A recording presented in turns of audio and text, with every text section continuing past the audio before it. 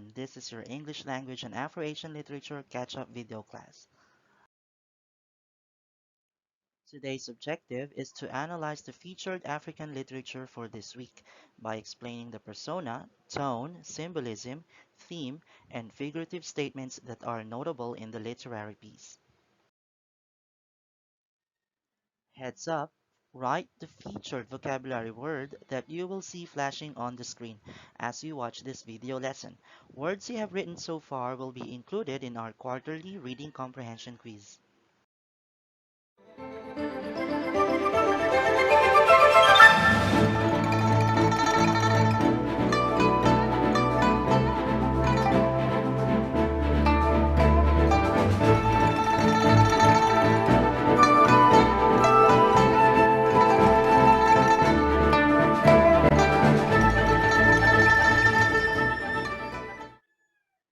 This week's competency skill in English is related to literature. We will feature African literature for this quarter. This week's literature will be from David Diop, a French African poet who was known for his negritude literary works that raise awareness of what Black culture is all about. He also educates his readers of the value of races around the world. Africa by David Diop. Africa, my Africa, Africa of proud warriors in ancestral savannas, Africa of whom my grandmother sings, on the banks of the distant river. I have never known you. Your beautiful black blood that irrigates the fields, the blood of your sweat, the sweat of your work, the work of your slavery. Africa, tell me, Africa, is this your back that is unbent? This back that never breaks under the weight of humiliation? This back trembling with red scars, and saying no to the whip under the midday sun? But a grave voice answers me, impetuous child, that tree, young and strong, that tree over there, splendidly alone amidst white and faded flowers, that is your Africa, springing up anew, springing up patiently, obstinately, whose fruit bit by bit acquires the bitter taste of liberty.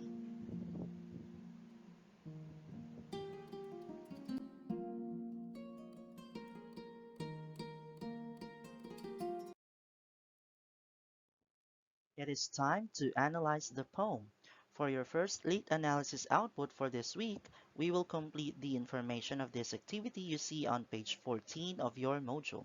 Since we are not allowed to write anything in our module, please copy exactly what you see on this video in your paper or notebook. First, let's discuss the persona.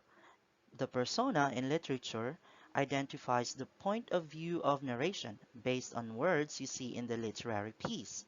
As for this poem, it mentioned my Africa, which gives us an idea that the person speaking is in first-person narration. And that only means the author, or David Diop himself, is the speaker of this poem.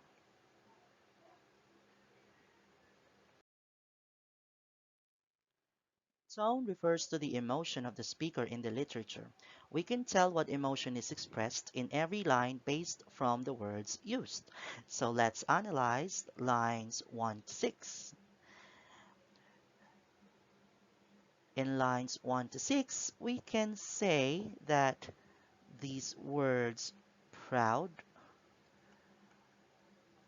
and blood flows in my veins refer to the emotion of the speaker being proud of the country. So we can say that the emotion for lines 1 to 6, the author is feeling proud of his lineage. For lines 7 to 15, the words blood of your sweat, sweat of your work, slavery, weight of humiliation. These give us an idea that the author has some negative feelings about these words, who will be happy if there is slavery, blood, or sweat in these kind of literature. So we can assume that lines 7 to 15, the author is feeling empathy towards his homeland. He can also be feeling angry or sad about the situation that happened before in Africa. For lines 16 to 23, we have these words: springing up anew, springing up patiently, obstinately. We, we can say, based from these words, that the author is feeling hopeful that everything will be better in the future for Africa. Symbolism is common in poems. These are words that represent another meaning or idea. For this poem, the word tree and white faded flowers are symbols, but of what? Let's analyze. Remember that there are no exact answer for this. Interpretation depends on how you perceive the idea, so there are no right nor wrong answers for this part of your output. As for me, the tree may symbolize a formidable Africa. Despite of its hardship, it remained strong throughout the time, and the flowers that are faded are the ancestors and those who made Africa a strong country.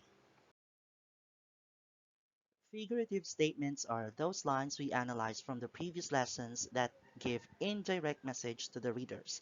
The statements are figurative because of the figures of speech that are used for these. So for number 4, as we answer this, we have to pick one figurative line from the poem and tell what figure of speech is used for that line. At the same time, you have to give the meaning of these lines. For example, I chose line 8, the blood of your sweat. The figure of speech used here is metaphor, and the literal meaning for this figurative line that I chose is the hardship and pain of their work. And for the last number for this output, we have the theme. The theme is the big idea, or you may say the message you perceived from the literature. Let's answer number 6. What is the theme of the poem? As for me, this poem shows us how proud Africa as a country is, despite of the discrimination and poor impressions to them. This country remains strong and they persevere to gain respect they deserve from other nations. After you have answered all of these questions, your output is ready for submission, so please follow these simple steps. First, you go to our Google Classroom and click the new assignment Lit Analysis. This one. From there, you can check the example output from your teacher, but do not copy it. Click this arrow for submission. From that, you will see this icon, attachment. And then with that, you have to click take a photo to take pictures of your output. After you took pictures of your output, it's ready to be handed in. So just simply click hand in to submit your work. And there you have it. You have already submitted your output. If you are not yet sure with your answers, you can always unsubmit your work. But make sure you submit them on time and make sure the photos are clear. And there you have it. I am expecting your responses this weekend, so hopefully you'll learn something from this catch-up video lessons with me, Mr. Sumandi. That will be all for now. Let's catch up some lessons again next time with me. See ya!